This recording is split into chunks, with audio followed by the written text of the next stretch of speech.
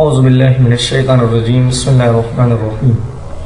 ناظرین، اس وقت جو آپ پوسٹر دیکھ رہے ہیں اس کا عنوان ہے کاروان حسین کے ہمراہ، یعنی کاروان حسینی کے ساتھ کربلا سے شام تک۔ ہم اس پوسٹر میں آپ کو بتائیں گے کہ اہل حرم کے لٹے ہوئے قافلے نے کربلا سے شام تک سفر کس طرح طے کیا اور یہ لٹا ہوا قافلہ کن کن منزلوں سے ہو کر گزرا۔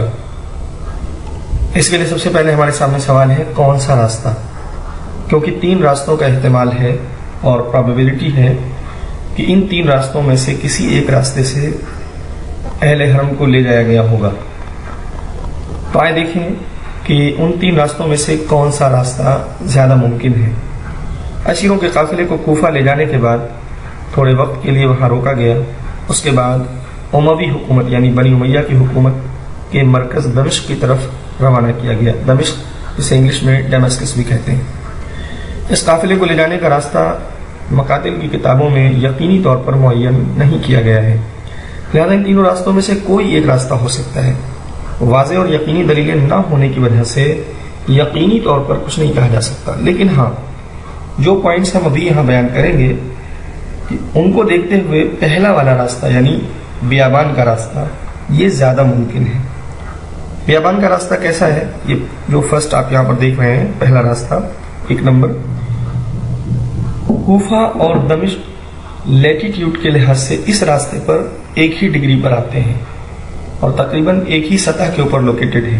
اس کا مطلب یہ ہے کہ یہ دونوں شہر تقریباً ایک ہی پوائنٹ پر ہیں، اس لیے زمین زیادہ اوپر نیچے نہیں ہے، اور جب زمین زیادہ اوپر نیچے نہ ہو اور اس میں نشیب و فراز نہ ہو تو وہاں پر اونٹوں کو دوڑانے میں آسانی ہوتی ہے، تیز جایا جا سکتا ہے، جلدی پہنچا جا سکتا ہے منزل تک۔ البتہ جب اونٹوں کو دوڑایا جائے گا، جلدی پہنچنے کی کوشش کی جائے گی تو جو مسافر ہے اس کو تکلیف ہوگی، یہ بھی آپ لوگوں کے ذہن میں رہے۔ اور ظاہر ہے کہ یہ جو ابن زیاد کے سپاہی تھے ملعون سپاہی، ان کا مقصد بھی یہی تھا کہ یہ زیادہ سے زیادہ اہل حرم کو اسیروں کو تکلیف دینا چاہتے تھے، ان کے بچوں کو تکلیف دینا چاہتے تھے۔ دوسرے کہ جلد سے جلد شام پہنچنا چاہتے تھے تاکہ وہاں ان کو یزید ملعون کے ذریعے سے انعام و اکرام مل سکے۔ اور یہ کہ یہ بیابان کا جو راستہ ہے اس میں شہر اور بستیاں نہیں تھیں، تو یہ چاہتے تھے کہ ادھر سے لے جائیں، کیونکہ اگر شہر اور بستیاں زیادہ ہوں گی تو بہت ممکن ہے کہ ان کا راز فاش ہو جائے، وہاں پر کچھ لوگ اہل بیت کو پہچاننے والے ہوں، جاننے والے ہوں، اور وہ بغاوت کریں اور ان کے خلاف کھڑے ہو جائیں اور مزاحمت ایجاد کریں، رکاوٹ پیدا کریں۔ بہرحال اس راستے کی دوری 923 کلومیٹر ہے، یہ بیابان کا راستہ ہے۔ اب دوسرا راستہ کون سا ہے؟ فرات کا راستہ۔ کوفے کے رہنے والے لوگ عراق و شام کے نارتھ حصے میں جانے کے لیے اس دریا کے کنارے سے جاتے تھے۔ اس راستے میں شام کے بہت سے شہر آتے ہیں جن سے ہوتا ہوا ایک مسافر دمشق پہنچتا ہے۔ تیسرا راستہ تجلہ کا راستہ ہے۔ یہ راستہ کوفہ اور دمشق کا اصلی راستہ نہیں تھا اور اس میں تھوڑی دور جانے کے بعد ویسٹ کی طرف مڑنا ہوتا تھا اور آگے جا کر یہ اسی فرات کے راستے سے مل جاتا تھا۔ تو دیکھیں یہ دوسرا والا راستہ تھوڑا سا طولانی ہے، اس میں شہر آتے ہیں اور میں نے جیسا کہ عرض کیا کہ وہ نہیں چاہتے تھے کہ زیادہ شہر درمیان میں آئے، بیچ میں آئے، لہذا بہت کم امکان ہے کہ دوسرے یا تیسرے راستے کا انتخاب کیا ہو۔ تیسرا راستہ بھی کم لوگ استعمال کرتے تھے اور تیسرے راستے میں بھی مشکل یہ ہے کہ وہ آخر میں جا کے دوسرے والے راستے سے یعنی فرات والے راستے سے مل جاتا ہے۔ ابن زیاد کے پاس یزید کا خط پہنچتا ہے کہ سر مبارک امام حسین علیہ السلام اور دوسرے شہداء کربلا کے سروں کو لوٹے گئے مال و اسباب اور اہل حرم کے ساتھ شام روانہ کر دیا جائے، لہذا ابن زیاد نے کربلا کے اسیروں کو شام لے جانے کی تیاری کا حکم دیا۔ امام صادق علیہ السلام اپنے والد بزرگوار سے انہوں نے اپنے والد امام سجاد علیہ السلام سے نقل کیا ہے کہ امام فرماتے ہیں مجھے بے کجاوا اونٹ کی ننگی پشت پر سوار کیا گیا اور ظالم گروہ کہ جس نے ظلم و ستم کی ساری حدیں پار کر دی تھیں وہ نیزے لیے ہمارے آگے پیچھے اور ہمارے آس پاس رہتے تھے۔ جب بھی ہم میں سے کوئی روتا تھا، گریا کرتا تھا تو اس کے سر پر نیزہ مارتے تھے۔ اسی حالت میں ہم دمشق میں داخل ہوئے جہاں کسی نے بلند آواز میں کہا اے شام والوں، یہ اہل بیت ملعون، نعوذ باللہ ان کی زبان میں، یہ اہل بیت ملعون کے اسیر ہیں۔ اب آئیں ہم ایک ایک منزل کی طرف بڑھتے ہیں. یہ آپ کو سب کو معلوم ہے کہ اسیروں کو کربلا سے کوفہ لایا گیا، یعنی امام حسین السلام کی شہادت کے بعد بعض روایتوں میں ہے کہ 11 محرم کو ہی کربلا سے کوفہ لایا گیا امام حسین السلام کے اہل حرم کو اسیر کر کے، اور بعض میں ہے کہ 12 محرم کو وہاں سے لوگ چلے. کربلا سے کوفہ کا راستہ بہت زیادہ نہیں ہے طولانی، آپ گئے بھی ہوں گے، واقف بھی ہوں گے، خاص کر اربعین کے موقع پہ جو لوگ گئے ہیں اور جنہوں نے واک کیے ہیں وہ جانتے ہیں کہ نجف سے کربلا کا راستہ کتنا ہے یا کوفے سے کربلا کا راستہ کتنا ہے. تو یہ بہت زیادہ لمبا راستہ نہیں ہے، اس لیے کربلا سے کوفے یہ لوگ جلدی پہنچ گئے. تو اس راستے کے اوپر ابھی مجھے زیادہ گفتگو نہیں کرنا ہے. اب اس کے آگے بڑھتے ہیں. پہلی منزل جو ہے وہ جب کوفے سے نکلتے ہیں تو آپ دیکھیں کہ امام حسین السلام کا سر بھی ان کے ساتھ ہے، اور میں آپ کی خدمت میں عرض کروں کہ امام حسین السلام کا سر مبارک بھی ان کے ساتھ ہے. بعض روایتوں میں یہ بھی ہے کہ سر کو جلدی بھیج دیا گیا اور پہلے بھیج دیا گیا، لیکن ہم ابھی جس روایت کے مطابق بات کر رہے ہیں اس کے مطابق امام حسین السلام اور شہداء کے سر اور اہل حرم اور لوٹا ہوا مال و اسباب سب ساتھ ساتھ جا رہا ہے. تو پہلی منزل دیر عروہ ہے. امام حسین السلام کے سر اقدس کو لے جانے والی پہلی منزل پر جب ابن زیاد کے سپاہی اترتے ہیں اور یہ شراب خوری میں مشغول ہو جاتے ہیں، مصروف ہو جاتے ہیں، شراب پینے لگتے ہیں، تو اچانک دیوار سے ایک ہاتھ برآمد ہوتا ہے اور اس نے لوہے کے قلم کے ذریعے خون سے ایک شعر لکھا. وہ شعر یہ تھا: اترجو امت قتلت حسین شفاعت جدہ یوم الحساب. کیا وہ امت جس نے حسین کو قتل کیا ہے وہ روز قیامت، روز حساب حسین کے جد سے شفاعت کی امید رکھتی ہے؟ جب یہ منظر ان سپاہیوں نے دیکھا تو وہ ڈر گئے اور سر اقدس کو وہیں چھوڑ کر بھاگ کھڑے ہوئے، لیکن کچھ دیر کے بعد یہ واپس آتے ہیں. اس کے بعد کی جو منزل ہے وہ ہے تکریت. تکریت میں کیا واقع ہوا، کیا حالات پیش آئے؟ کامل بہائی میں آیا ہے کہ جب وہ امام حسین السلام کا سر کوفے سے باہر لائے تو ابن زیاد کی طرف سے معمور لوگوں کو عرب کے قبیلوں کی طرف سے ڈر تھا کہ ہو سکتا ہے ابھی ان میں کچھ دینی غیرت باقی ہو اور وہ ان سے سر امام حسین السلام کو چھین لیں. اس لیے وہ اصلی راستے سے نہیں بلکہ غیر مانوس راستے سے، کہ جو عام راستہ نہیں تھا، اس سے چلے. تو ایک وجہ یہ بھی یہاں بیان کی گئی کہ کیوں وہ لوگ عام راستے سے نہیں گئے. ابو مخنف نے نقل کیا ہے کہ وہ حساسہ کے مشرق سے یعنی ایسٹ سے سر مقدس لے گئے اور تکریت سے گزرے اور وہاں کے حاکم کو اپنے آنے کی خبر دی تو اس نے بہت سے لوگوں کو جھنڈوں کے ساتھ ان کے استقبال کے لیے بھیجا. اگر کوئی پوچھتا تھا کہ یہ کس کا سر ہے تو جواب دیتے تھے خارجی کا ہے، یعنی ایک شخص جس نے حاکم وقت کے خلاف خروج کیا تھا. ایک عیسائی نے سر کو دیکھا اور جب اس نے یہ جواب سنا تو اپنے آپ سے کہا حقیقت یہ نہیں جو یہ لوگ بیان کر رہے ہیں، یہ سر فاطمہ کے لخت جگر حسین ابن علی کا ہے، میں خود کوفے میں تھا، انہیں شہید کیا گیا ہے. تمام عیسائیوں کو جب اس حادثے کی خبر ملی تو انہوں نے اپنے ناقوس توڑ دیے. ناقوس ایک خاص طرح کا انسٹرومنٹ ہوتا ہے جو وہ لوگ بجاتے ہیں اور عبادت کرتے ہیں، عبادت کے وقت اسے بجایا جاتا ہے، اور کہنے لگے اے اللہ ہم اس قوم کے گناہ سے جس نے اپنے رسول کے فرزند کو قتل کیا ہے تیری پناہ چاہتے ہیں. جب کوفیوں نے یہ حال دیکھا تو انہوں نے وہاں سے بیابانوں کے راستے سے کوچ کرنا شروع کیا. اس کے بعد منزل ہے مشہد النقطہ کی. سر اقدس کو لے جانے والے درمیان راہ میں اس منزل پر پہنچنے اور یہاں ایک بہت بڑے پتھر پر امام حسین السلام کے سر مبارک کو رکھ دیا. سر مبارک سے ایک قطرہ خون اس پتھر پر ٹپک گیا اور اس کے بعد ملتا ہے کہ عاشور کے دن ہر روز ہر سال اس پتھر سے خون ٹپکتا تھا. لوگ اس پتھر کے چاروں طرف جمع ہو جاتے تھے اور امام حسین السلام کی مجلس عزا برپا کرتے تھے. یہ پتھر عبد الملک ابن مروان کے زمانے تک اپنی جگہ پر تھا، بعد میں اس کے حکم سے وہاں سے وہ ہٹایا گیا. اب معلوم نہیں کہ اسے کہاں لے گئے. یادگار کے طور پر اس پتھر کی جگہ ایک عمارت بنا دی جسے نقطہ یا مشہد النقطہ کہتے ہیں. تو یہ مشہد النقطہ. اس کے بعد آگے بڑھتے ہیں وادی النخلہ کی طرف. اب یہ قافلہ اسی طرح رواں دواں ہے. آپ اپنے ذہنوں کو ہمارے ہمراہ رکھیے اور آئیے سیر کرتے ہیں تاریخ میں اور سفر کرتے ہیں امام حسین اسلام کے لٹے ہوئے قافلے کے ساتھ. وادی النخلہ. رات کے وقت اس منزل پر اترے تو ان کے کان میں رات بھر اس منزل پر جینوں کے نوحے کی آواز آتی رہی. اور اس کے بعد منزل ہے موصل کی. موصل میں کیا ہوا؟ یہ لوگ دوسرے راستے سے ہوتے ہوئے موصل تک پہنچتے ہیں اور موصل کے حاکم کو اپنے پہنچنے کی اطلاع دیتے ہیں۔ اس نے شہر کو سنوارنے کا حکم دیا اور کچھ لوگ شہر کے باہر اس نے روانہ کیے۔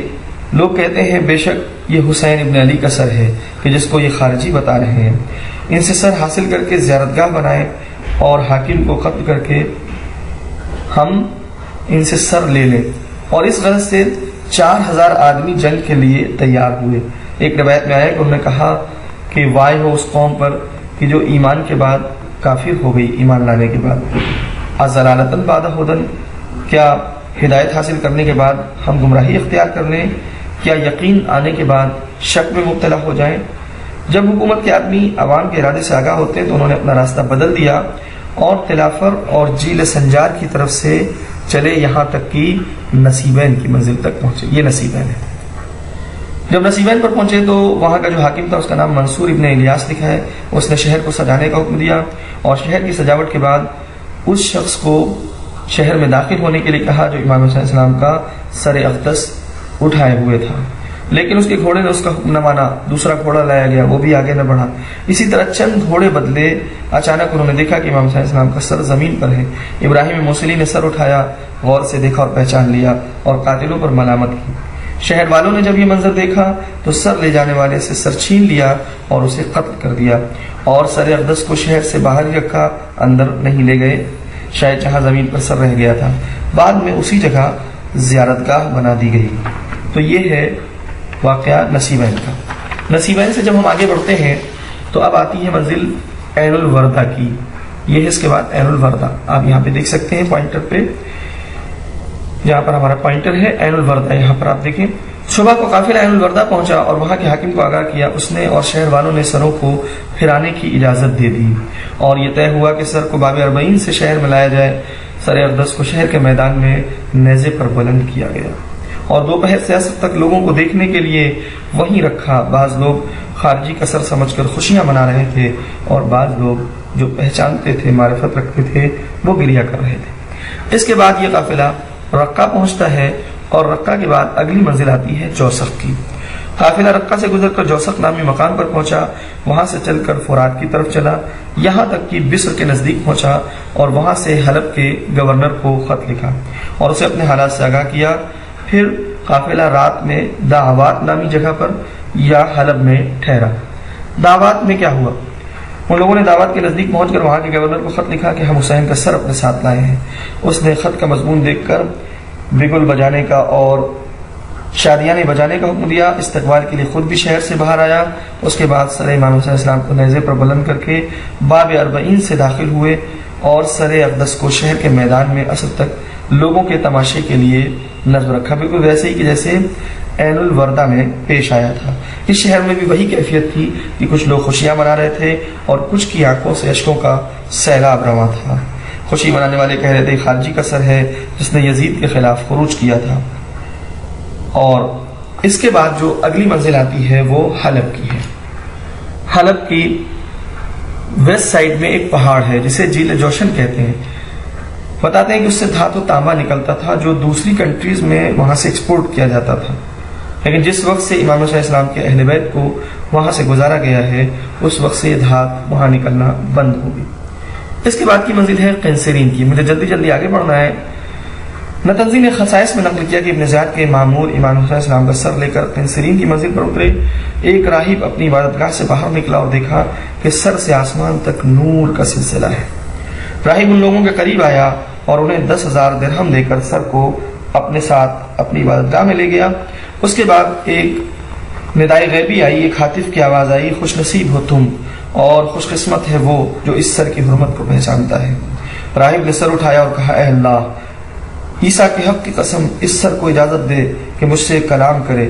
اس وقت سر اقدس گویا ہوا، اس نے کلام کیا اور فرمایا اے راہب تم کیا چاہتے ہو؟ راہب نے کہا آپ کون ہیں؟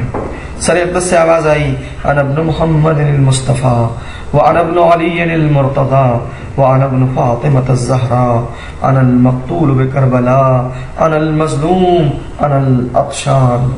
یہ جملہ کہہ کر سر اقدس خاموش ہو گیا، یعنی میں محمد مصطفیٰ کا فرزند ہوں، میں علی مرتضیٰ کا دل بند ہوں، میں فاطمہ زہرا کا لخت جگر ہوں، میں کربلا کا مقتول ہوں، میں مظلوم ہوں، میں پیاسا ہوں۔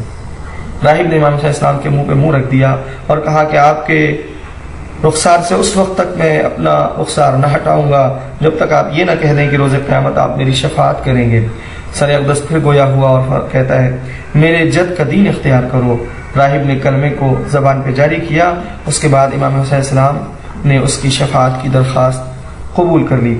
صبح ہوتی ہے اور یہ لوگ راہب سے سر کو لے کر کے اپنے راستے کی طرف چلتے ہیں، اور جب وادی کے بیچ میں پہنچے تو دیکھا کہ وہ 10,000 درہم جو راہب سے لیے تھے وہ مٹی میں تبدیل ہو چکے تھے۔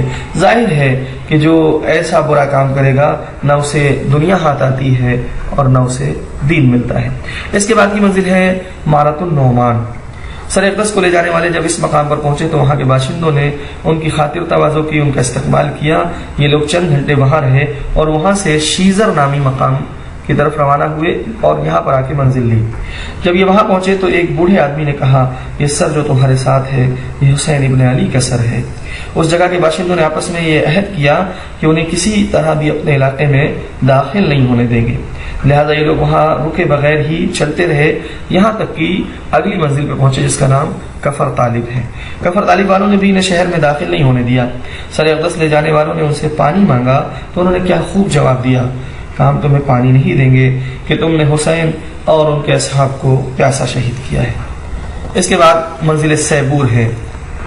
پھر انہوں نے مجبور ہو کر کفر طالب سے کوچ کیا اور سیبور پہنچے۔ اس منزل پر بھی امام زین العابدین اسلام کی کچھ اشعار نقل کیے گئے ہیں، اور یہاں پہ ایک بوڑھے نے سیبور کے لوگوں کو جمع کیا اور کہا فتنہ بپا نہ کرنا، انہیں دوسرے شہروں کی طرح یہاں سے گزر جانے دو۔ جوانوں نے اس کی بات نہ مانی اور اس علاقے کے پل کو توڑ دیا اور اسلحہ اٹھا کر جنگ کے لیے تیار ہو گئے، اور پھر دونوں طرف کے کچھ لوگ مارے گئے۔ یہاں جناب ام کلثوم نے دعا کی ہے ان لوگوں کے حق میں جنہوں نے اہل حرم کے لیے قیام کیا، اور انہوں نے اللہ کی بارگاہ میں دعا کی خدا ان لوگوں کے رزق میں ترقی عطا فرما اور ان کے پانی کو شیریں بنا دے اور انہیں ظالموں کی شر سے محفوظ رکھ۔ اس کے بعد کی منزل آتی ہے حماد کی۔ یہ لوگ سیبور سے حماد گئے، وہاں بھی انہیں بستی میں داخل نہیں ہونے دیا۔ دیکھیں الگ الگ بستیوں کے لوگوں کا الگ الگ ریئیکشن ہے۔ کچھ وہ لوگ ہیں جن کے اندر غیرت دینی باقی ہے، جن کے اندر احساس ہے، جو اہل بیت کی معرفت کچھ حد تک رکھتے ہیں، لہٰذا وہ لوگ ان کا استقبال نہیں کرتے۔ لیکن کچھ بے معرفت لوگ ہیں کچھ بستیوں کے، اور ایسی بستیاں ہی ہیں جو عذاب کے لائق ہوتی ہیں کہ جہاں اہل حرم کے قافلے کو انہوں نے اپنے طور پر اپنے خیال خام میں رسوا کرنے کی کوشش کی، امام حسین اسلام کے سر کے ساتھ اچھا سلوک نہیں کیا۔ اس کے بعد کی منزل حمص۔ مجبوراً حماس سے گزر کر حمص پہنچے اور وہاں کے گورنر کو اپنی آمد کی اطلاع دی اور حمص میں داخل ہونے کی اجازت مانگی، لیکن وہاں کے لوگوں نے بھی مخالفت کی اور ان پر اتنا پتھراؤ کیا کہ ابن زیاد کے بعد سپاہی مارے گئے۔ انہوں نے راستہ بدل کر ایسٹ کی سائڈ جو دروازہ تھا اس سے شہر میں داخل ہونا چاہا، لوگوں نے وہ دروازہ بھی بند کر دیا اور کہا لا کفر بعد ایمان ولا ضلال بعد ہدی، ایمان لانے کے بعد کفر کی گنجائش نہیں ہے اور ہدایت حاصل ہونے کے بعد گمراہی کا امکان نہیں ہے۔ ہم امام حسین اسلام کے سر کو اس شہر میں لانے کی ہرگز اجازت نہیں دیں گے۔ وہاں سے ان ظالموں کو بھگا دیا اور پھر اس کے بعد یہ لوگ بالبک کی طرف چلے۔ یہ ہماری آخری منزل ہے، دمشق سے پہلے 19ویں منزل ہے۔ امام حسین السلام کا سر لے جانے والے بالبک پہنچے اور وہاں کے گورنر کو اپنے آنے کی اطلاع دی۔ اس نے بالبک کے رہنے والوں کو ان کے استقبال کے لیے بھیجا۔ ان لوگوں کے ہاتھ میں جھنڈے تھے اور اپنے بچوں کو اسیروں کا تماشا دکھانے کے لیے ساتھ لائے تھے۔ اور اس کے بعد پھر جو منزل آتی ہے وہ ہے دمشق کی۔ لیکن دمشق کی منزل سے پہلے ایک یہاں پر میں چھوٹا سا واقعہ آپ کی خدمت میں پیش کرنا چاہتا ہوں، انبیاء اور سر مطہر کے حوالے سے۔ ابن لہیہ کہتے ہیں کہ میں خانہ خدا کا طواف کر رہا تھا کہ اچانک ایک آدمی کو دیکھا جو پردہ کعبہ کو پکڑ کر کہہ رہا تھا اللہم اغفر لی ولا ارحک فاعلا، اے اللہ مجھے معاف کر دے اگرچہ میں جانتا ہوں کہ تو مجھے کبھی معاف نہ کرے گا۔ میں نے اس سے کہا خدا کے بندے خدا سے ڈر اور اسے اس طرح مخاطب نہ کر، کیونکہ اگر تیرے گناہ بارش کے قطروں اور درختوں کے پتوں سے بھی زیادہ ہیں تو بھی خدا تجھے معاف کر دے گا، وہ بخشنے والا اور مہربان ہے۔ اس نے کہا میرے پاس آؤ میں تمہیں اپنا قصہ سناتا ہوں۔ میں اس کے پاس گیا، اس نے کہا مجھے ابن زیاد نے 50 آدمیوں کے ساتھ امام حسین کے سر کے ہمراہ شام بھیجا تھا۔ ہماری عادت ہو گئی تھی کہ جہاں بھی راستے میں اترتے تھے وہیں اس سر کو صندوق میں رکھ دیتے تھے اور اس صندوق پر بیٹھ کر شراب پیتے تھے. لا حول ولا قوت الا باللہ، نعوذ باللہ. ایک رات میرے ساتھی شراب نوشی اور برے کاموں میں مشغول تھے، مصروف تھے، لیکن اس رات میں نے شراب نہیں پی تھی. رات کا اندھیرا پھیل چکا تھا. آدھی رات ہوئی تو میں نے شدید نور دیکھا، جیسے کہ آسمان کے دروازے کھل گئے تھے. حضرت آدم علیہ السلام، حضرت نوح علیہ السلام، جناب ابراہیم، جناب اسماعیل، جناب اسحاق اور حضرت محمد مصطفیٰ صلی اللہ علیہ وآلہ وسلم اور جبرائیل امین فرشتوں کی جماعت کے ساتھ زمین پر اترے ہیں. پہلے جناب جبرائیل نے سر کو صندوق سے باہر نکالا، آغوش میں لے کر اس کا بوسہ دیا. دوسرے انبیاء نے بھی ایسا ہی کیا. جب رسول خدا کی باری آئی تو آپ بہت روئے. دوسرے انبیاء نے آپ کو تعزیت پیش کی. اس کے بعد جناب جبرائیل نے عرض کیا، اللہ کے رسول، اللہ تعالیٰ کا حکم یہ ہے کہ اس امت کے بارے میں جو آپ حکم دیں میں وہی انجام دوں گا. آپ کہیں تو زمین کو اس طرح لرزا دوں اور ان کے ساتھ وہی سلوک کروں جو قوم لوط کے ساتھ کیا تھا. رسول خدا نے فرمایا، میں نہیں چاہتا کہ ان کو اس دنیا میں سزا دی جائے. میں خدا کے سامنے ان کے ساتھ کچھ اور سلوک کروں گا اور قیامت کے دن ان سے دشمنی کروں گا. میں نے دیکھا کہ ہمیں قتل کرنے کے لیے فرشتوں نے ہم پر حملہ کر دیا ہے. میں چلایا، الامان الامان یا رسول اللہ. رسول نے فرمایا، اذهب لا غفر اللہ لک، جاؤ خدا تمہاری مغفرت نہ کرے. اور اس کے بعد آخری منزل ہے دمشقی. بہرحال وہ اہل بیت رسول کو نورانی سروں کے ہمراہ دمشق کے نزدیک لے آئے. دروازے دمشق کے قریب پہنچے تو بی بی ام کلثوم نے شمر ملعون کو آواز دی اور فرمایا، ہمیں ایسے راستے سے لے چل جہاں تماشا دیکھنے والوں کی بھیڑ کم ہو اور سروں کو سواریوں سے تھوڑا دور رکھنا تاکہ لوگوں کی نظر ناموس رسول پہ نہ پڑے. لیکن اللہ رے، شمر ملعون نے ام کلثوم کی خواہش کے بالکل برخلاف عمل کیا اور قافلے اہل بیت کو پہلی سفر کو دروازے ساعات سے شہر میں داخل کیا گیا.